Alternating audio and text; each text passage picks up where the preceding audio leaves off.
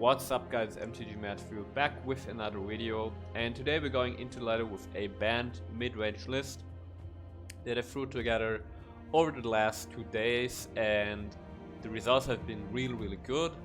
This deck has an about 80% win rate in platinum rank, and I'm going to finish climbing to diamond with this very deck here. So let's take a look at it and why it works so well, at least in platinum. So the idea of this deck is we play a Bant Midrange deck that really just plays a bunch of creatures and a bunch of cards in general, which are all individually powerful.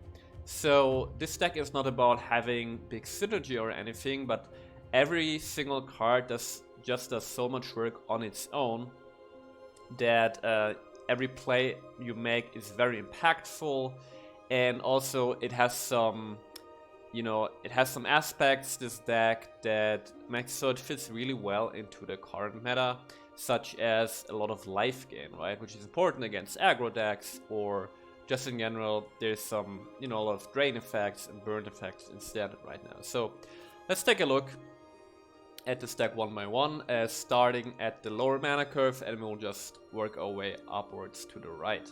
So in the 2-drop slot, we start off. And let's take a look at the creatures first. So we run 3 copies of Llanowar Lonespeaker. Llanowar Lonespeaker, probably the best mana dork in the game right now. 2 mana 1/3, lets you add 1 mana of any color. And you can also turn one of your lands into a 3/3 creature until end of turn. So Lonespeaker is a really great turn 2 play that can set you up to make bigger mana plays. It can fix your mana. And also later in the game, it can turn one of your lands into a 3/3, which is still a respectable threat.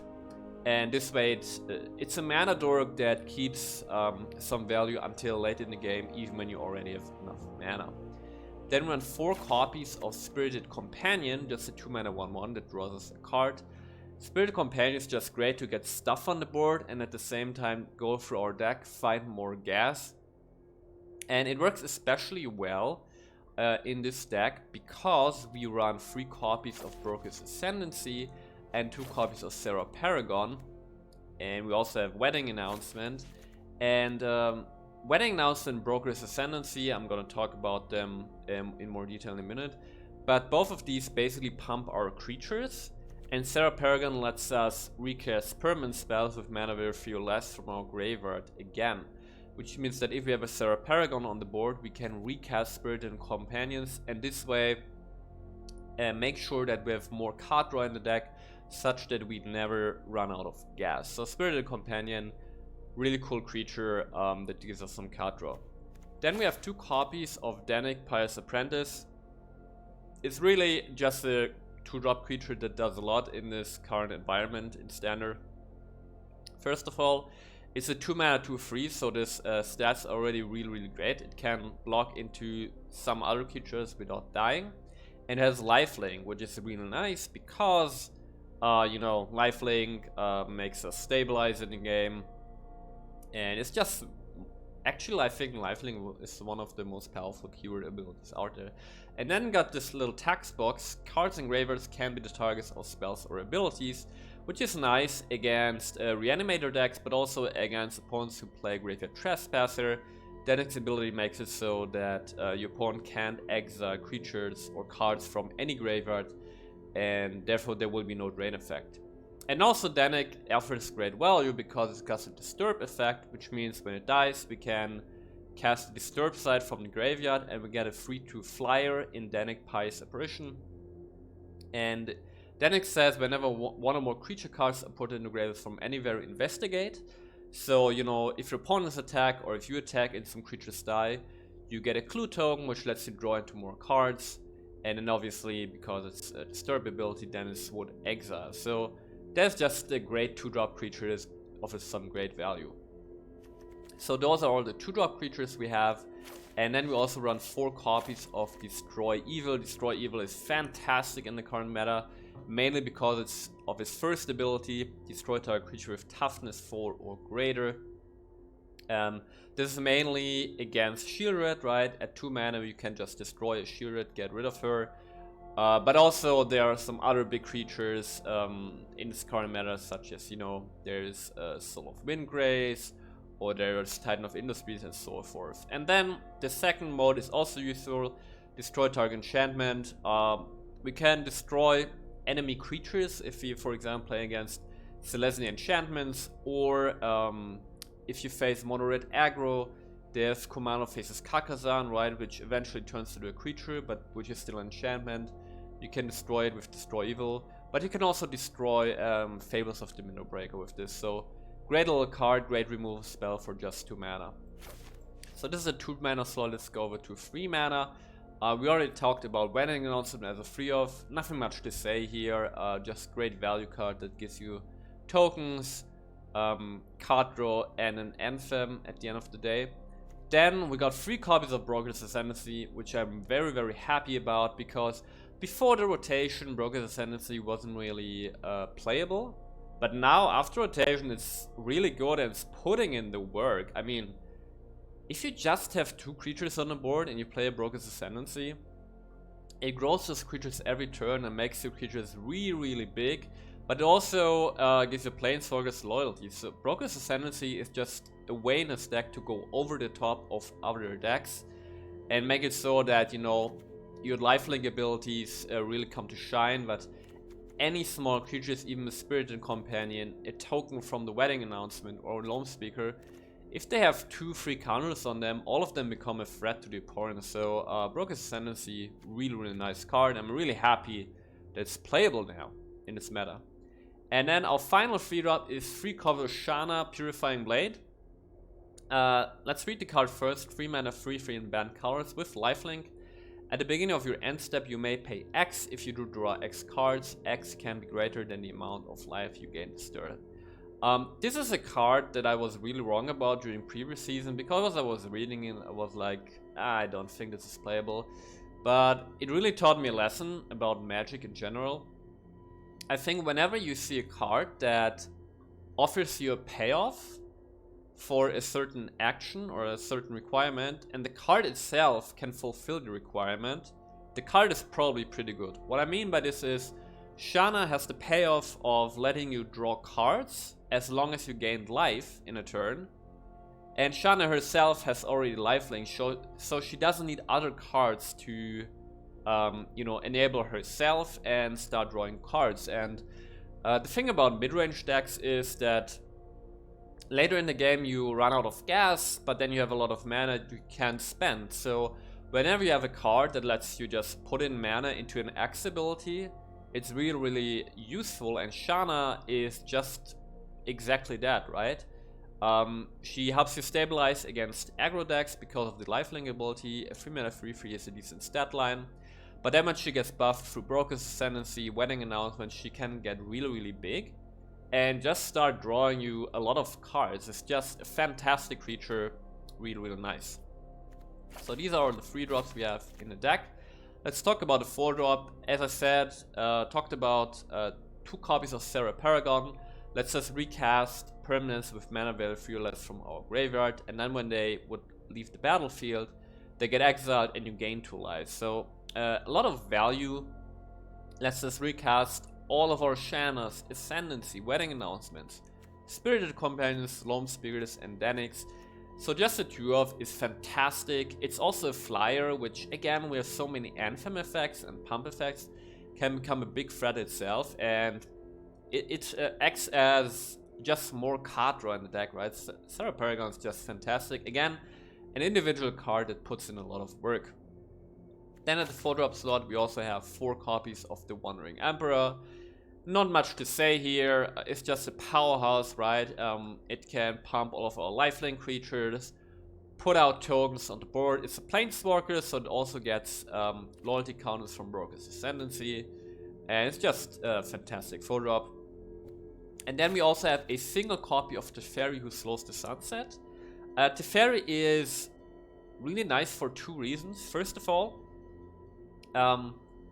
if you play a creature-heavy deck, it's easy to protect your Teferi or your Planeswalkers in general, right? So Teferi can really just hide behind all those creatures you put on the board and go plus plus plus to get to the emblem. Also getting to the emblem is rather easy because of Broker's Ascendancy. But then also the +1 makes it so that you can untap a Loam Speaker alongside a land, which means that you can play Teferi and basically get 2 mana back if you have a Loam Speaker on the board. So there's some nice little synergy right there. And you also gain 2 life, which activates your Shana, right? So even if you can't attack in a turn, you can gain 2 life from Teferi's ability, and then pay 2 mana to draw 2 cards for Shana. So that's some neat little synergy right there. And as I already said, with this deck, it's pretty easy to get to the emblem, to the -7, in combination with Broker's Ascendancy. And again, 2 lives just great against aggressive decks. So I want to have Teferi as some little spice in there. And then finally, our deck caps out at 5 mana. And at 5 mana, we just have some powerful cards that really have a big impact when you play them. 2 copies of Aeon the Dawn Sky. Fantastic card in this current standard. 5 mana 4/4 with flying and vigilance. Vigilance is important against opposing Wandering Emperors. And when it dies, we can look at the top 7 cards and pick permanent cards with mana value 4 or less. Put them onto the battlefield, and we have so much that we want to put on the battlefield. Wandering Emperors, Paragons, or Enchantments, any creature. So AO, if it dies, gives us a lot of value, or we can even put 2/1/1 counters on each creature we control, which in certain matchups we can just do to maybe finish out the game. Then we are on a single copy of Elspeth Resplendent. As a single copy, this is also fantastic, because Elspeth's -3 can find our powerful 3 drops in Wedding Announcement, Ascendancy, or Shana, put it onto the battlefield and put a shield counter on it. Or if we don't get this, you know, we can even get 2 drops, which is also just okay. But then also Elspeth's +1 just gives our creatures so many keyword abilities. I mean, if you just +1 an AO and give it lifelink, it's really hard for your opponent to get back if your opponent also plays a creature heavy deck. So as a 1/1 Elspeth is extremely powerful. And then finally we got 2 copies of Sphinx of Clear Skies, which is one of those cards from Dominaria Unite, which I maybe have seen it once from my opponents, and I don't really get it. I think this is a really powerful 5-drop, 5 mana 5/5 with flying and war 2, so it's really hard to remove. And then the domain ability lets you basically, when you do combat damage to your opponent looks at the top X cards of your library. X is the number of basic land types you control. And your opponent separates those cards into 2 piles, and you choose 1 pile to put into your hand, and the other pile goes into your graveyard. I think a lot of people look at this card and say this is only playable in 5-color decks, but we run a 3-color deck, and we have 3 basic land types through our Sparrow's headquarters. And you know, you deal combat damage to your opponent looks at the top 3, he will probably do a pile with 1 card, another pile with 2 cards, and you just pick whatever suits you best. You just get value, it's a big threat in the air, it's got protection. I think it's just a fantastic card. And then the land base is very straightforward. We run basically all the dual lands there are, 4 of the Trio, and then 1 of each Neon Dynasty. 2 lands, so to say, or channel lands. And that's the deck. I got an 80% win rate in Platinum. Really fun deck to play. Really satisfied with Shana, really cool cards. So hope you guys enjoyed the video, and I see you guys soon.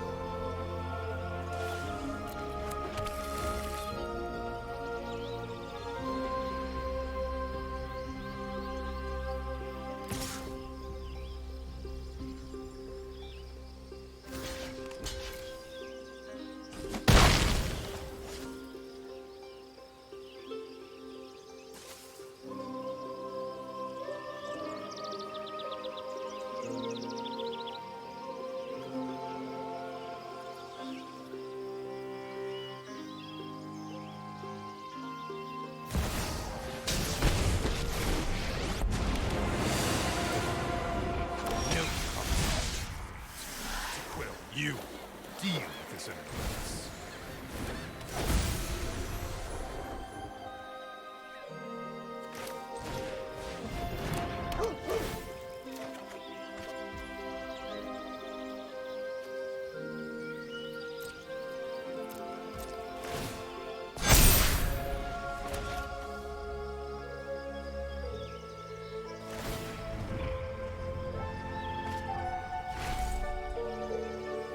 Wish to know my secrets? Very well.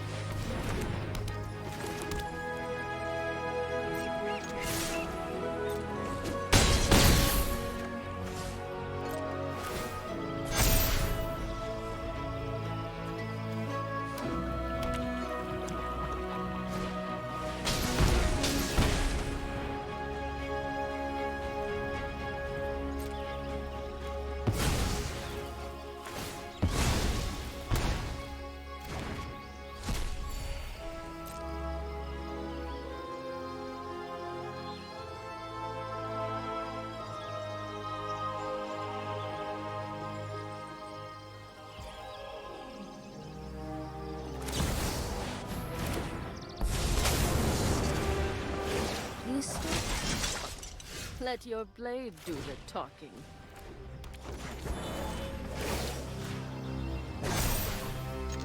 Strike fast and strike hard.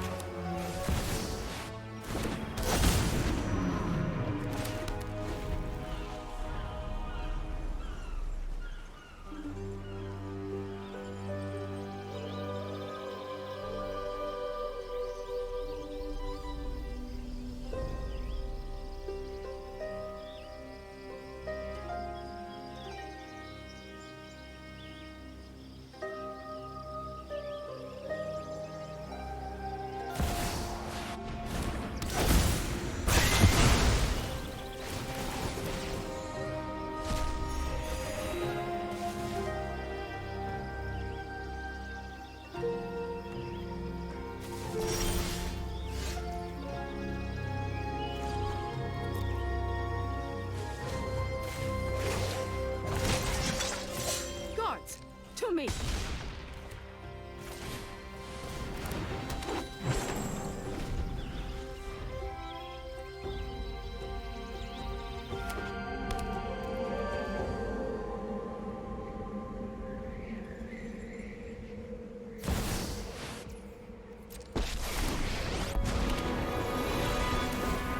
For the sake of all innocents, my will must rule. You fight for me now.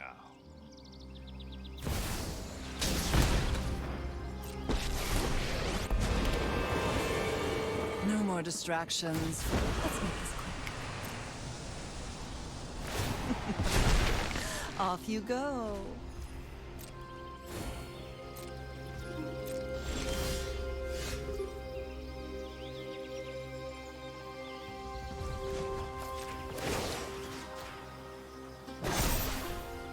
Show them how we greet our enemies.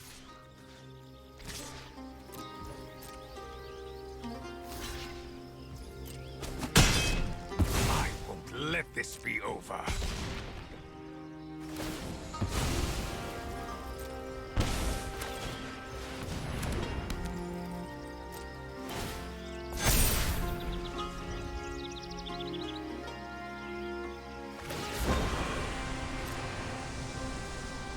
I'm tired of your secrets.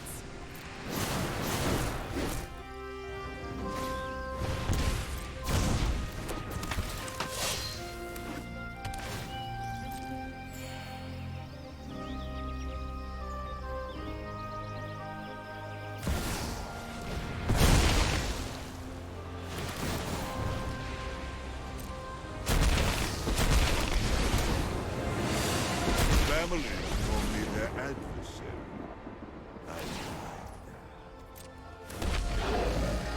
Go sow some chaos.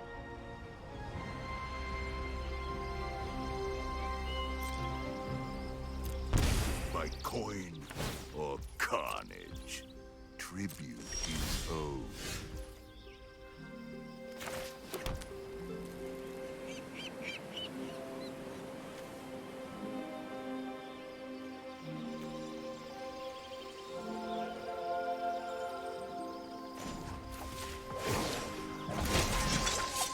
We must protect the people.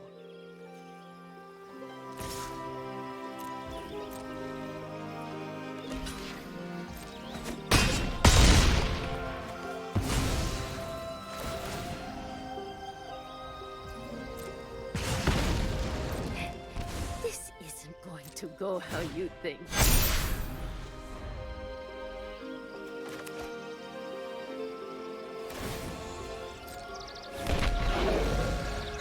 Shake down the locals.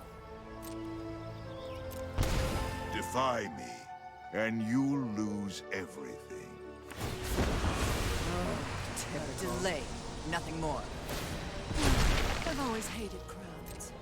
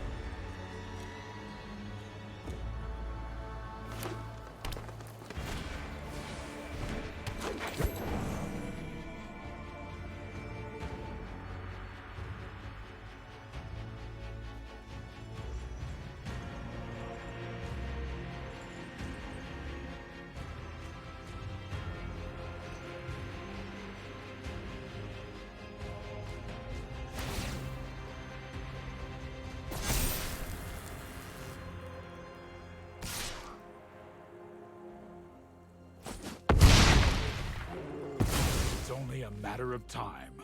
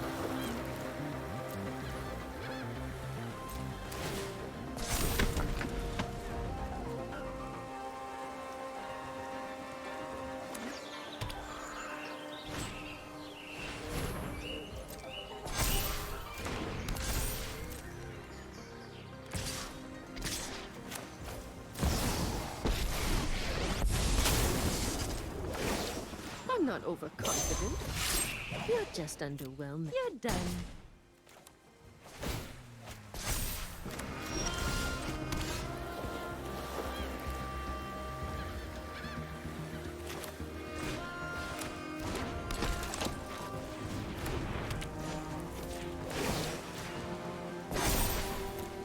Strike fast and strike hard.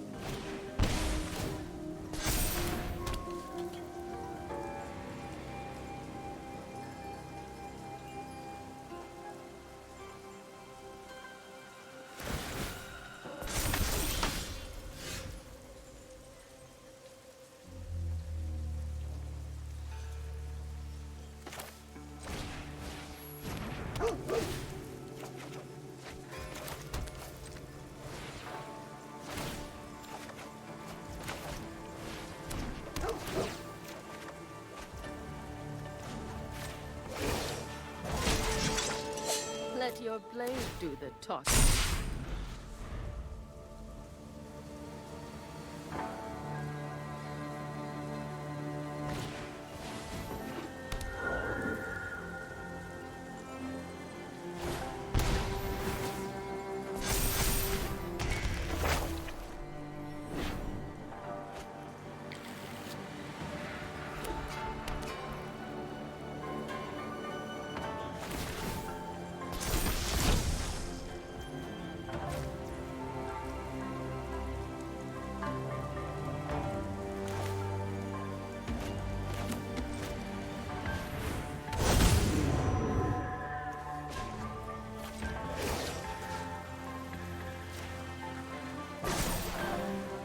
I have got new moves to teach you.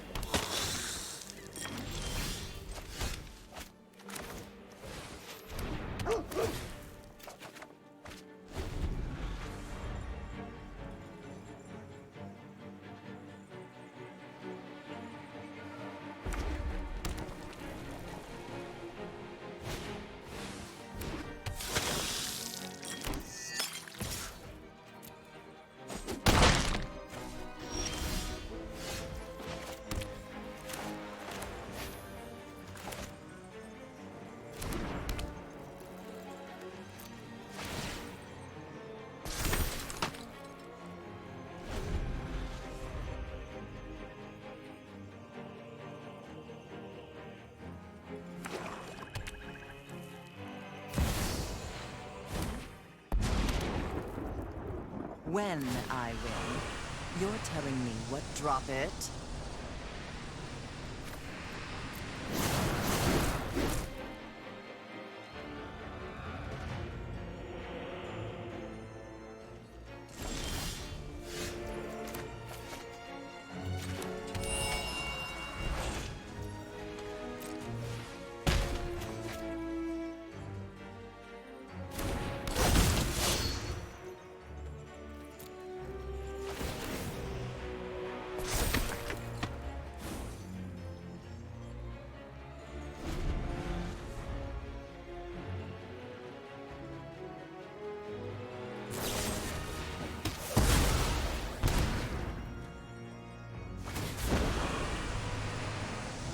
You won't be outsmarting me.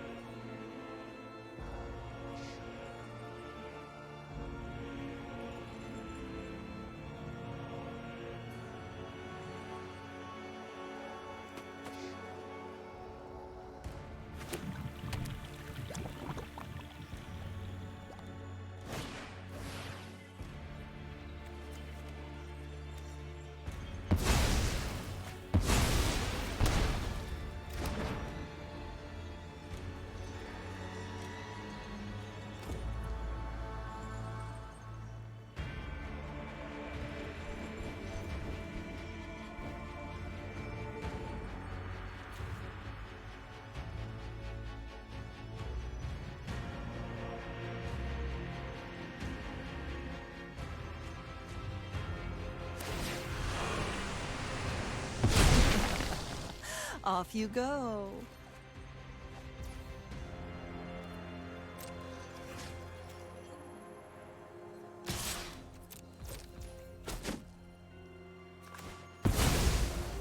Oh, that's my cue to leave.